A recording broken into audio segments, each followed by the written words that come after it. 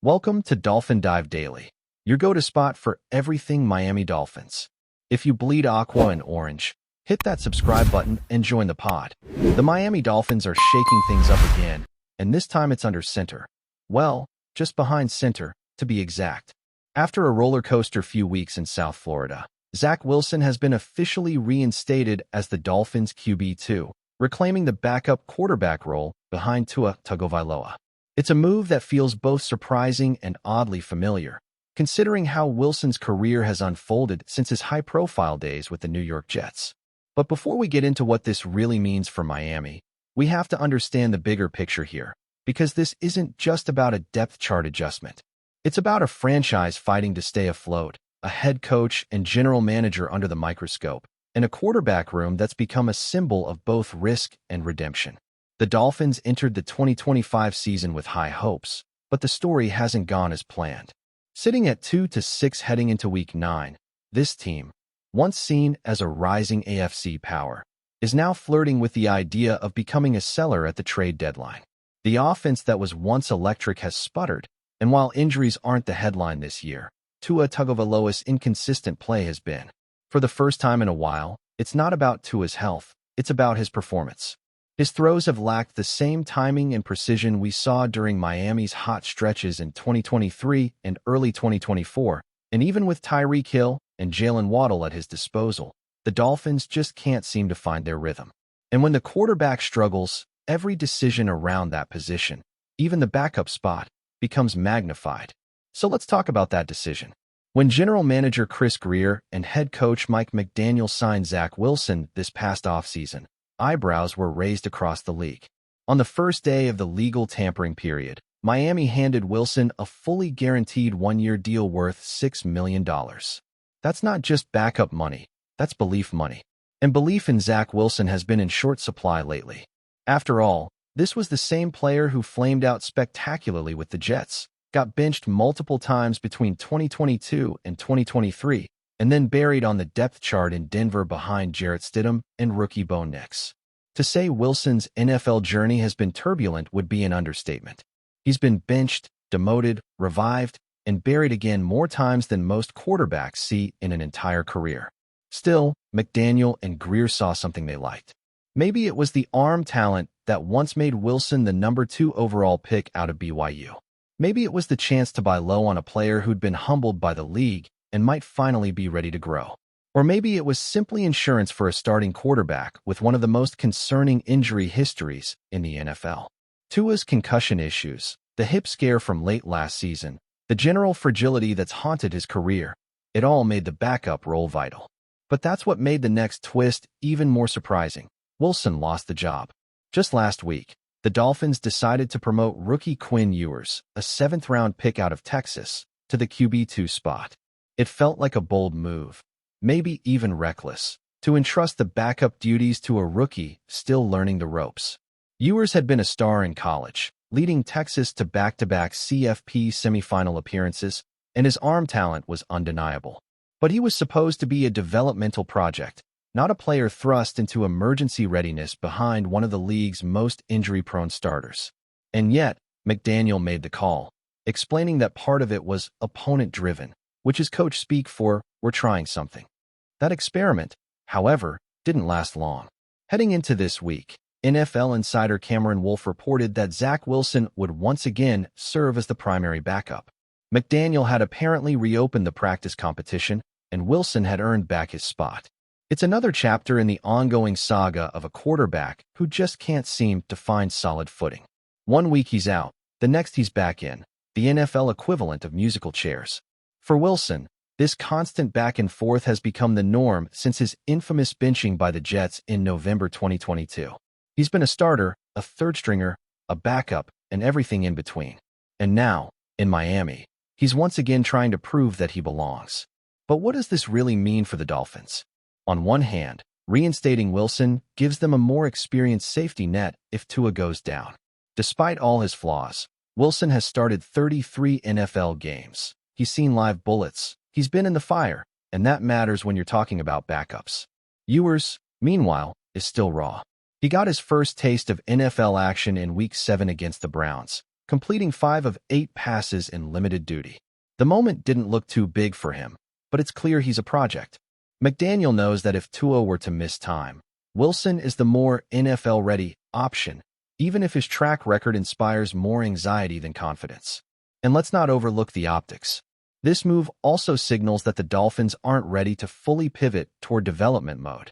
Reinstalling Wilson suggests that Miami still believes it can salvage this season, or at least avoid complete disaster.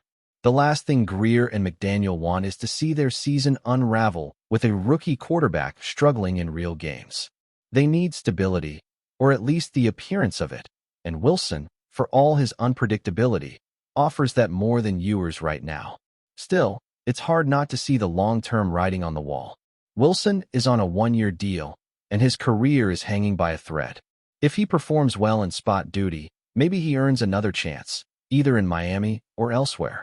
If not, he risks becoming the next in a long line of former first-round quarterbacks who fade into the journeyman wilderness. For Ewers, this might just be a temporary setback. The Dolphins clearly like him enough to have given him that brief promotion, and his college resume speaks to his potential. He was once viewed as a possible day 2 draft pick before falling to the 7th round, and that kind of drop often fuels motivation. Don't be surprised if McDaniel gives him another shot later in the season, especially if Miami's playoff hopes officially vanish. And that's really the elephant in the room here, the Dolphins' future. With a 2-6 record, serious questions are already swirling about McDaniel and Grier's job security. Just 2 years ago, they were hailed as innovators, the architects of one of the most explosive offenses in football. Now, the narrative has flipped. The defense is inconsistent, the offense feels disjointed, and the locker room reportedly frustrated. If this season continues to spiral, ownership may start looking for answers, and quarterback instability, even at the backup level, becomes an easy symbol of the team's broader issues. For Wilson, this moment is another chance to rewrite his story. The NFL doesn't often give second chances, let alone third or fourth, but somehow he's still here. Maybe that's a testament to his raw talent, or maybe it's a reflection of how desperate teams can get when searching for quarterback depth. Either way, the opportunity is real. If Tua struggles or suffers another setback, Wilson could find himself back on the field. And if that happens, every throw will be under a microscope. This isn't New York anymore. The pressure's different in Miami, but it's still pressure. The fan base is restless, the team is underperforming, and the margin for error is razor thin. There's also a poetic irony to all of this. Just last year, the Jets were criticized for not having a reliable backup behind Aaron Rodgers, which forced them to turn back to Wilson when disaster struck. Now, the Dolphins, their AFC East rivals, have made the opposite gamble, putting their trust in Wilson to be the reliable one. It's almost too fitting. And maybe, just maybe, that irony won't bite them. Maybe this is where Wilson finds his footing, where he finally becomes the steady hand he was once drafted to be. But make no mistake, this move isn't about nostalgia or hope, it's about survival. For McDaniel, for Grier, and for Wilson himself. The Dolphins can't afford another setback, and neither can he. Every rep in practice, every throw in garbage time, every sideline read, it all matters now. Because if things go south again, Miami's front office will be facing not just questions about their quarterback choices, but about the very direction of the franchise. So as the Dolphins prepare for Week 9, the narrative feels heavier than a simple roster adjustment. It's about a team searching for identity, a coach clinging to control, and a quarterback who refuses to fade quietly into obscurity. Zach Wilson is back at QB2, and while that might not sound like breaking news on the surface, it tells us everything about where the Dolphins are right now, stuck between the urgency of the present and the uncertainty of the future. In a season defined by inconsistency, maybe this move brings some stability. Or maybe it's just another turn in the never-ending carousel that is the Miami Dolphins quarterback saga. Either way, all eyes will be on the sideline in Miami, because if history has taught us anything, the next twist in this story is probably just around the corner. Still with us? Then show some love. Hit that like button and let us know in the comments. What's your take on the Fins this week? Jalen Waddle has finally broken the silence that has had the NFL buzzing for months behind closed doors, and what he said is already sending shockwaves through locker rooms and fan bases alike. In an exclusive, off-the-record style revelation that somehow leaked to the public, Waddle didn't just talk football. He made a bold statement that no one in the league has had the courage to make out loud. He declared, in no uncertain terms, that the Miami Dolphins are the best team in the NFL, and the way he framed it has left pundits, analysts, and even rival players scrambling to respond. The timing couldn't be more perfect, coming right in the thick of the season when every quarterback, wide receiver, and defensive coordinator is recalibrating strategies, and Waddle's words might just tilt the psychological battlefield. There's a sense that Waddle isn't just hyping his own team for morale. He's making a strategic claim that challenges the traditional hierarchies of the league, and it's caught everyone off guard. Imagine the conversations happening in locker rooms right now. Veteran players whispering, coaches adjusting, and social media erupting into speculation. What makes Waddle's statement so controversial isn't just that he called the Dolphins the best. It's how he framed the claim. He didn't couch it in humble language or hedging phrases like many players do. He didn't say, "I think," or "in my opinion." He said it like it was an undeniable fact, almost as if he were issuing a proclamation rather than making a casual remark. In interviews with teammates, sources say Waddle has been increasingly vocal about the chemistry of this Dolphins squad. He's reportedly been pointing out how the team's offensive line has been quietly dominating, how Tua Tagovailoa has been threading passes that leave defensive coordinators scratching their heads, and how the secondary has made critical stops at game-changing moments. It's clear that Waddle isn't just commenting on highlights or stats. He's observing the subtle patterns that make a championship-caliber team, and he's willing to say it out loud, no matter the backlash.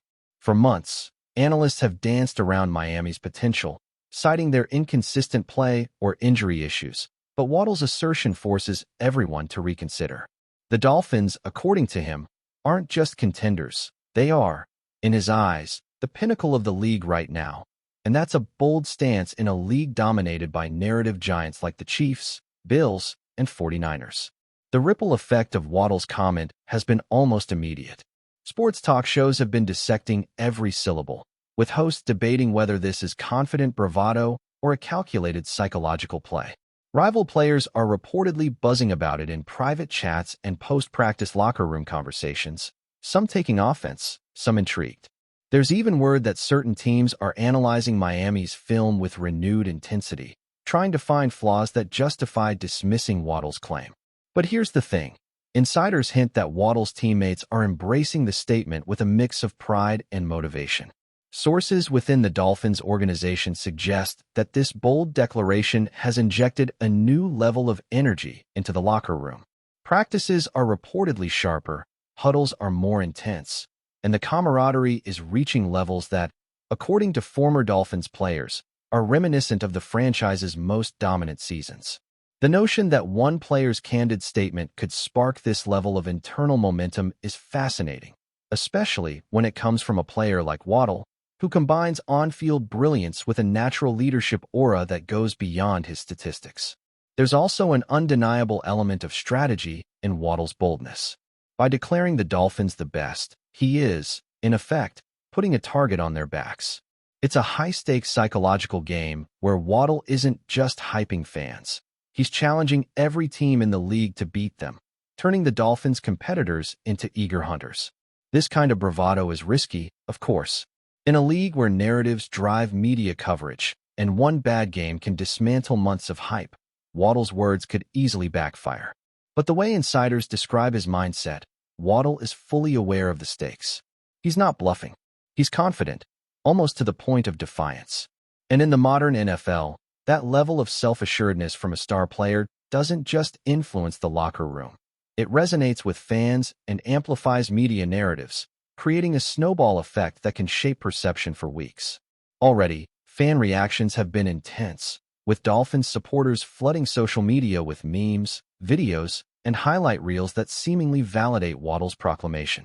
Meanwhile, fans of other teams are either scoffing, plotting revenge, or nervously re-evaluating their own squads. It's the kind of drama that fuels NFL seasons, the kind of commentary that makes headlines, and Waddle has just placed himself squarely in the middle of it. Another layer to this story is Waddle's trajectory as a player. Known for his explosive speed, crisp route running, and ability to create separation in tight coverage. He has consistently been one of the league's most dynamic wide receivers. But in recent months, there's been a noticeable shift in how he carries himself publicly. Sources indicate that Waddle has been more willing to speak on team dynamics, on leadership challenges, and on strategic advantages that aren't obvious to casual fans. This new voice, assertive, analytical, and unapologetically confident, is what makes his statement about the Dolphins being the best so compelling. It's not a teenager talking. It's a seasoned athlete evaluating the ecosystem of the NFL with a keen eye. The fact that he chose to go public with such a loaded claim indicates that he's thinking beyond individual accolades. He's positioning the Dolphins as a team with both the talent and the mentality to dominate, and he's daring critics to disagree. It's audacious, and in a league built on rivalries, audacity like this doesn't just attract attention, it demands it. The media frenzy surrounding Waddle's statement has also uncovered subtle undercurrents in how narratives are formed in the NFL.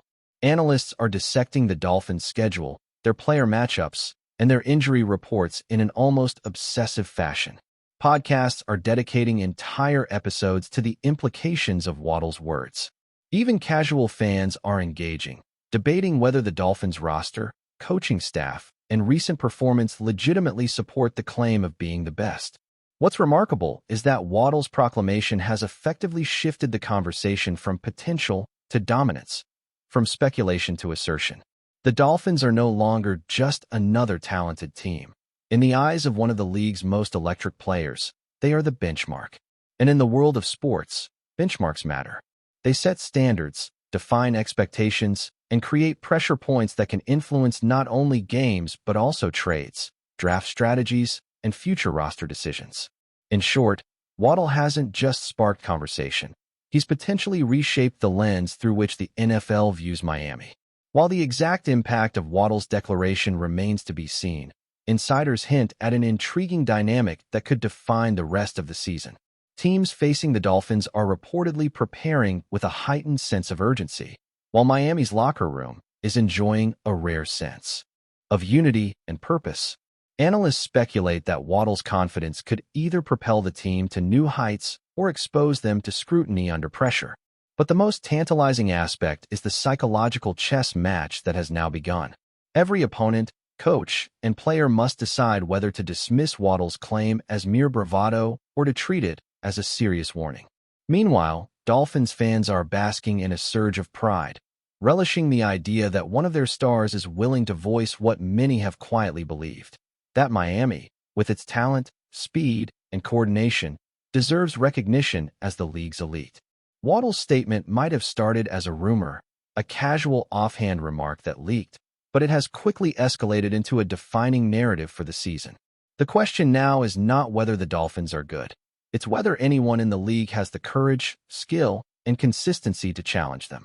As the NFL continues to evolve into a league where confidence and narrative are almost as important as touchdowns and tackles, Jalen Waddle's bold claim has done more than just shock fans. It has forced a conversation that will ripple through stadiums, locker rooms, and sports media for weeks.